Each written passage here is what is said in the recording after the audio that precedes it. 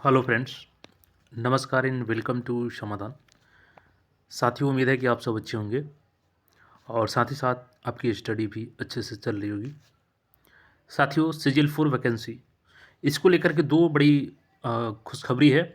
जो भी सीजीएल 4 में एसओ बनने की सपना रखे हैं उन सब के लिए यहाँ पे दो अच्छी खबर है। एक तो है कि सीटों में वृद्धि और दूसरी है कि नियमावली में कुछ चेंजेस किया गया है, जो कि अभ्यर्थियों के लिए बहुत राहत भरी खबर है। तो पूरी अपडेट को हम लोग यहाँ पे समझने वाले हैं। ये देखिएगा, तो अधिसूचना सामान्य प्रशासन विभाग की तरफ से जारी किया गया है और ये 19 तारीख को जारी किया गया है। और ये आपके बिहार सचिवालय सेवा अधिनियम 2007, बिहार अधिनियम 3 2008 की धारा 19 की उपधारा 2 में प्रदत्त शक्तियों के अधीन निर्मित बिहार सचिवालय सेवा सहायक ग्रेड प्रशिक्षण सहायक यानी एएसओ बी नियमावली यानी रेगुलेशन 2008 में संशोधन करते हुए उक्त अधिनियम की धारा 11 के आलोक में निम्नलिखित विनियमावली बनाई जाती है। संक्षिप्त नाम क्या है? विस्तार एवं प्रारंभ। यह विनियमावली बिहार सचिवालय सेवा सहायक ग्रेड प्रशिक्षण यानी एओसी की ट्रेनिंग पीरियड संशोधन नियमावली 2024 कही जा सकी कि इसका विस्तार बिहार राज्य सरकार के सचिवालय विभाग में एवं संलग्न कार्यालयों तक सीमित रहेगी और यह तुरंत प्रवृत्त होगी यानी अभी से ही लागू होगी। इसको समझने से पहले जो 2008 की नियमावली है उसको समझना होगा, फिर इसको हम लोग समझेंगे। देन इसके बाद जो सीटों की वृद्धि है एएसओ की पोस्ट में उसको भी हम लोग समझने वाले हैं।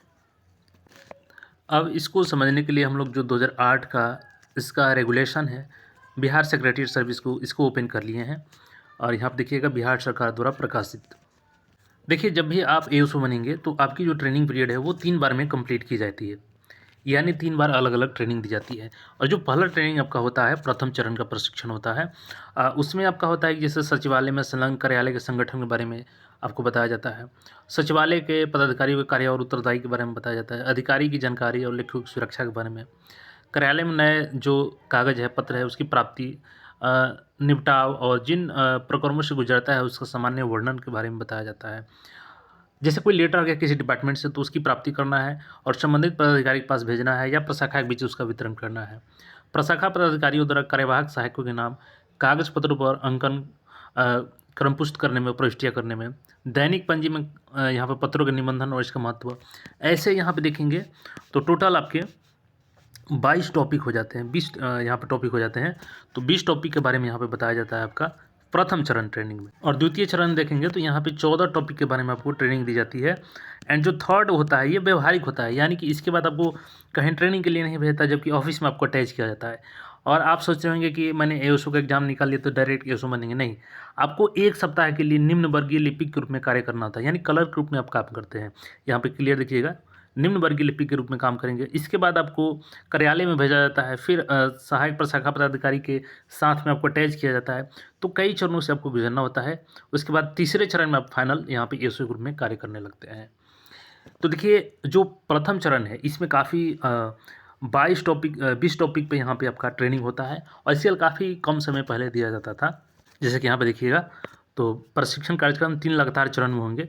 प्रथम चरण में आपको 4 सप्ताह मिलता था और द्वितीय में 4 सप्ताह और तृतीय में भी 4 सप्ताह, यानी कि 12 सप्ताह में आपकी ट्रेनिंग कंप्लीट होती थी। लगभग 3 महीने में आपकी ट्रेनिंग कंप्लीट हो जाती थी एसओ की और उसके बाद आप कार्य पर चले जाते थे। लेकिन जो प्रथम चरण है ये काफ़ी टफ हो जाता था अभ्यर्थियों के लिए, तो यहाँ पे बड़ा बदलाव किया गया है। तो यहाँ पे देख सकते हैं, भर्ती से पहले बिहार संशोधन यहाँ पे किया गया है। सचिवालय सेवा सहायक ग्रेड प्रशिक्षण भी नियमावली यानी रेगुलेशन 2008 की धारा 3(1), यानी कि जो प्रथम चरण की ट्रेनिंग थी उसमें 4 सप्ताह जो समय था, अब यहाँ पे एएसओ जो बनेंगे उनको काफ़ी राहत दिया गया है और 1 सप्ताह और बढ़ा दिया गया है, क्योंकि वहाँ पे टॉपिक ज़्यादा समझना आता है और चूँकि उसका टेस्ट होता है तो कई अभ्यर्थी टेस्ट में उनको ज़्यादा समय लग जाता है। तो चूँकि परीक्षा अवधि अब 1 साल की हो गई है तो इसको भी लागू करना है, इसलिए यहाँ पे 1 सप्ताह का समय आपके लिए दे दिया गया है। तो ये बहुत राहत की खबर है। दूसरी चीज़ की एएसओ की संख्या यहाँ पे बढ़ गई है।